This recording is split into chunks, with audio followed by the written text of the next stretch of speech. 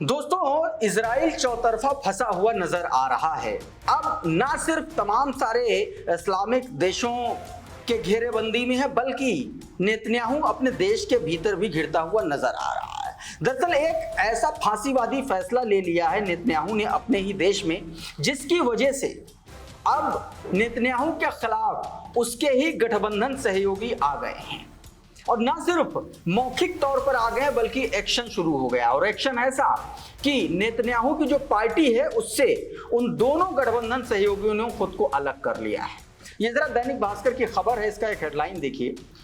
Israel में Netanyahu की सरकार गिर सकती है, दो दलों ने समर्थन वापस लिया, धार्मिक छात्रों को मिलिट्री सर्विस में छूट से विवाद। सीधे तौर पर दोस्तों 120 सदस्यों वाली इजराइल की निचली संसद में 60 का बहुमत है।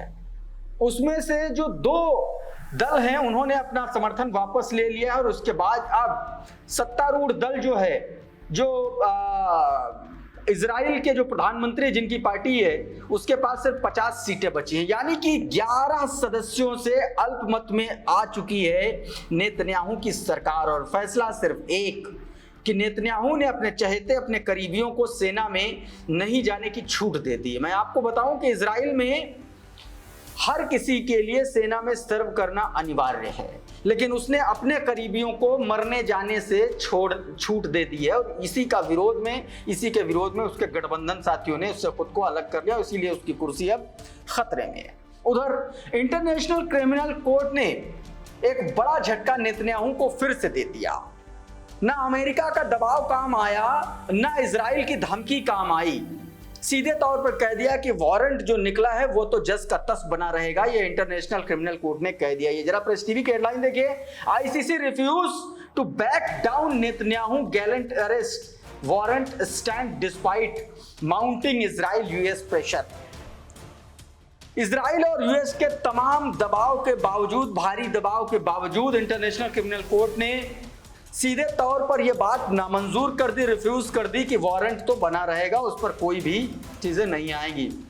द इंटरनेशनल क्रिमिनल कोर्ट जज have ruled that the tribunal arrest warrant for the Israeli regime prime minister and his former minister for military affairs would stand defying overwhelming Israeli and American pressure. सीधे तौर पर दोस्तों यह कहा गया कि जो अमेरिका और इजराइल का जबरदस्त प्रेशर था उसका कोई असर नहीं हुआ, और ये कहा कि जो आप गाजा में कर रहे हैं, जो फलस्तीन में कर रहे हैं, उसके खिलाफ तो आपके खिलाफ जो वारंट निकला है वो वैसे ही रहेगा।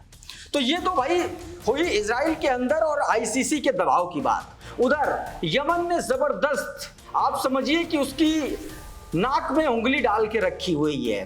बीते दिन एक बार फिर से यमन ने स्ट्राइक कर दी इजराइल के पोर्ट, एयरपोर्ट और उसके सैन्य बेस पर, तीनों जगह।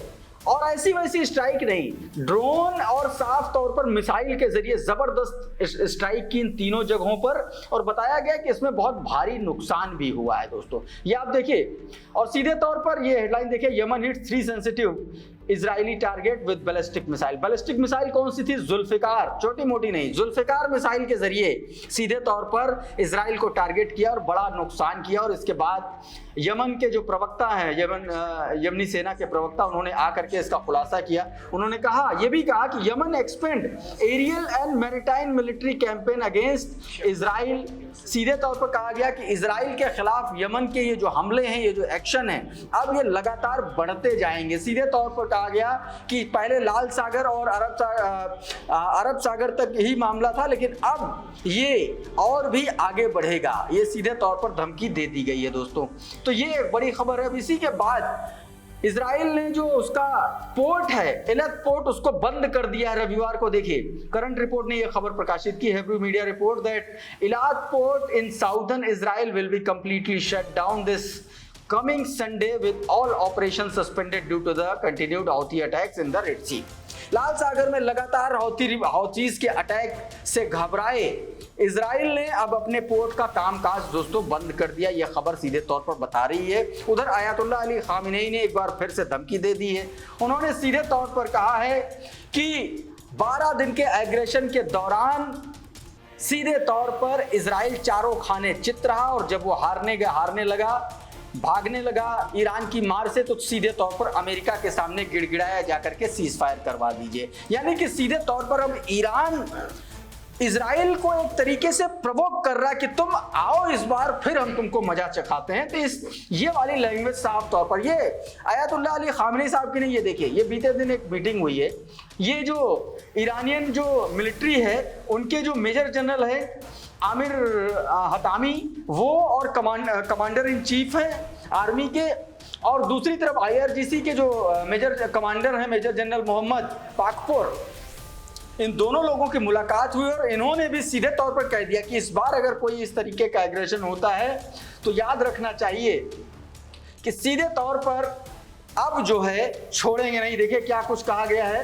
We will not let go for the aggression, if war resume we will continue it from the exact point where it stop. सीधे तौर पर धमकी देते हुए, चेतावनी देते हुए कहा कि हम सीधे तौर पर ये युद्ध जो है अभी रिज्यूम है, लेकिन हमारी तरफ से एग्रेशन नहीं होगा। अगर उधर से रिज्यूम हुआ तो जो है इस बार हम युद्ध वहीं से शुरू करेंगे जहां से खत्म हुआ था। यानी कि ये सीधी धमकी। उधर देखिए एक और, Iran ready to take action if Israel not punished. एक और ऑफिशियल की तरफ से यह धमकी आई। A senior security official in Tehran has told that Iran is prepared to take action unless Israel is punished and the US provides compensation for its strike on Iranian nuclear facility। ये कहा गया कि अगर America Iran की nuclear facilities पर हमला करने की एवज में उसको हर्जाना नहीं देती, कंपनसेशन नहीं देता है, तो ईरान एक्शन लेगा। और सेम चीज इजराइल के लिए कहा कि अगर इस तरीके का इजराइल के खिलाफ कोई एक्शन नहीं होता है तो भी इजराइल के खिलाफ कड़ा एक्शन होगा। ये बात सीधे तौर पर दोस्तों इस पूरी खबर में बता दी। मेहर न्यूज एजेंसी के हवाले से यह खबर है, इसमें आप साफ तौर पर देख सकते हैं। उधर दोस्तों ईरान ने एक नया हथियार एक तरीके से दिखाया है जो अब सेना में शामिल किया। ये देखिए दोस्तों, ये वीडियो जारी किया गया है, इसके जरिए ये जो तस्वीरें, ये जो वीडियो है दोस्तों, ये मसाफ 2 असॉल्ट राइफल की तस्वीरें हैं। अब ईरानी की सेना के साथ ये ऑटोमेटिक और अत्याधुनिक असॉल्ट 2 राइफल जो है वो इस्तेमाल करेंगी। ये सीधे तौर पर ईरानियन आर्मी में इंट्रोड्यूस किए जा चुके हैं। इससे पहले ईरानियन आर्मी G3 और AK वेरिएंट्स के ये राइफल इस्तेमाल करते थे, लेकिन अब और ज्यादा हाईटेक और डेवलप्ड वेपन की तरफ ईरान बढ़ रहा है। तो दोस्तों लगातार ईरान इस तरीके की घटनाएं ईरान के सामने पेश हो रही और ईरान लगातार इजराइल के एग्रेशन को सीधे तौर पर चेतावनी दे रहा है कि अगर इस बार एग्रेशन हुआ तो इस बार छोड़ेगा नहीं। दोस्तों अभी के इस वीडियो में फिलहाल इतना ही। बहुत बहुत शुक्रिया, बहुत बहुत धन्यवाद, नमस्कार।